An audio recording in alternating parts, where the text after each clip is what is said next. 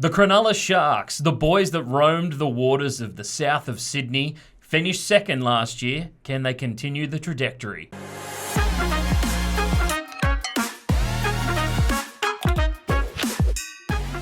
The Cronulla Sharks finished second last year and looking pretty good coming into 2023. Not much in the way of signings or losses, but keeping the team strong seems to be the way to go.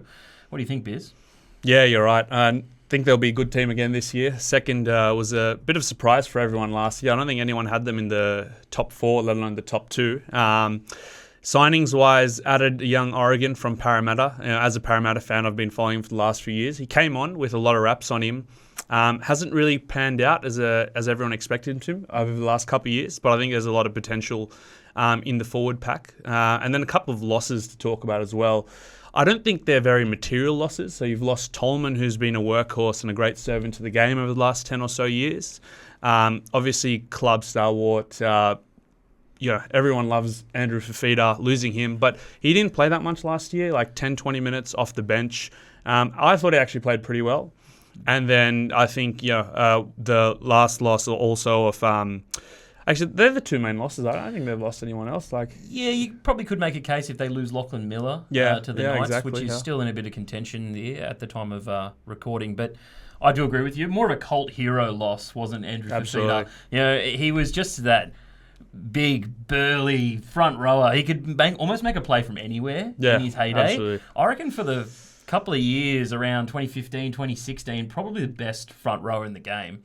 Everyone remembers the try that he scored in the grand final in 2016. Barnstorming.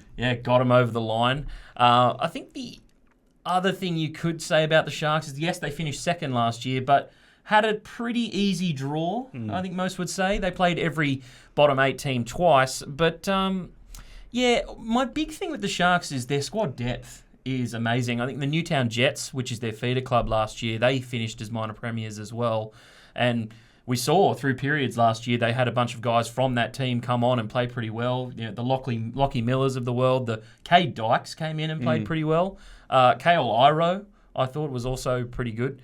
And Royce Hunt had a great finish to the last couple of rounds there to end out the season. But I think that game against the Cowboys took it out of them. So they couldn't really make it work against the Rabbitohs the next week. It was a huge 90-minute plus effort that was all for naught at their home ground as well. It must have been pretty demoralising. I don't know how you bounce back from that, but Nicho Hynes, Dally M of the year last year, so they've got a lot to look forward to. Yeah, absolutely. And I'm glad you touched on Royce Hunt there. You're talking about their depth and their forward pack in particular. I think they've got a real great mix of workhorses, your Finnecane and Teague Wilton, McInnes, who's second year off an ACL, should be much improved. Really showing signs of form at the back end of last year. And then you've just got your impact players, Royce Hunt, Hamlin Uele, Brendan Nakora. I think, How good was Blake Brayley as well? Well, that's actually it's good you mentioned him. One of the things I have as a doubt for the Sharks this year is I think with their 9, Brayley, Kennedy at the back, and Moylan at 6, I think that 3 of them are solid players, but none of them are really that explosive, elite type of player who really excites you. I know Kennedy can have those moments. Moylan was very solid last year, arguably one of the best. Look, surprised me. Yeah. I mean, I'm not sure people had him as the 6 for most of the season, but he locked that roll up. He looked really good. But if you compare them to the spines of the other top tier teams, when you look at Munster. You look at the halves of the Eels, Moses, Brown. You look at the Cowboys; they've got a lot of young, explosive talent in Drinkwater. I just don't think they can match that. But I think their game plan with Fitzgibbon at the helm is a lot more solid, good fundamental footy. And really, the question mark for me is: can Hynes continue this form? I mean, he's been a reserve for most of his career. He had a great half a season for the Storm.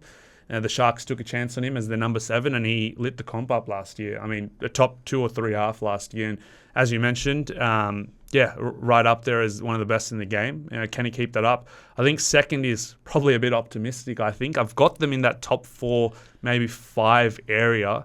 I just think they probably 1 or 2 explosive signings away. but it's sometimes good just to watch old school footy succeed. I think some of the teams behind, I think, for example, the Cowboys, etc., they'll get better. I think the Sharks will probably stay the same.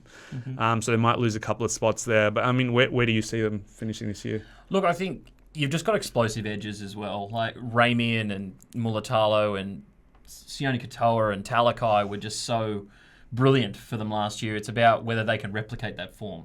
That's really their biggest question for me, is how can they produce what they produced last year and continue it through the finals? Because I think a bit of big game jitters came in there, and it kind of descended around Nico Hines and whether he can get him over the line, because in that Cowboys game, I think it was 3 try assists and he scored one himself as well. So, it was a bit of a eye-opening experience for them. They probably hadn't been in that position in the years prior to that. But, I think they're battle-hardened now, but there is a couple of guys in there that are a bit older. I'm not sure Wade Graham's playing at the same level he would like to. No. Still, a very solid player, but, yeah, I've got them hitting that next step next year or this year, and they're making the preliminary final, but no further than that. Yeah, I think you're right. Speaking about Talakai and those young guys on the wings, I think they had excellent first half of the seasons. When Talakai moved to the centres, it was all the press were really talking about. He had that crazy game against Manly and continued that form up. But I think he did tail off towards the back end of last year. Probably just getting familiar and with the minutes in terms of getting that game fitness of being able to play 80 minutes on the edge every week. And Mulatalo, Katoa, those wingers. They're excellent, making meters out the back, great finishes, up there with the best in the game. But, I'm definitely on the same boat as you. I think, this year they'll take potentially another step to the preliminary. But like I've got a couple of other teams, I think they're probably not, for me, challenging the grand final as of yet. But it wouldn't surprise me if they were to get there. But I realistically have them as a week 2, week 3 exit. Fair enough. All right, we've heard it here first, guys. Cronulla Sharks making the top 4, but not quite getting there. Let us know down in the comments if you think any different, and we'll catch you on the next one.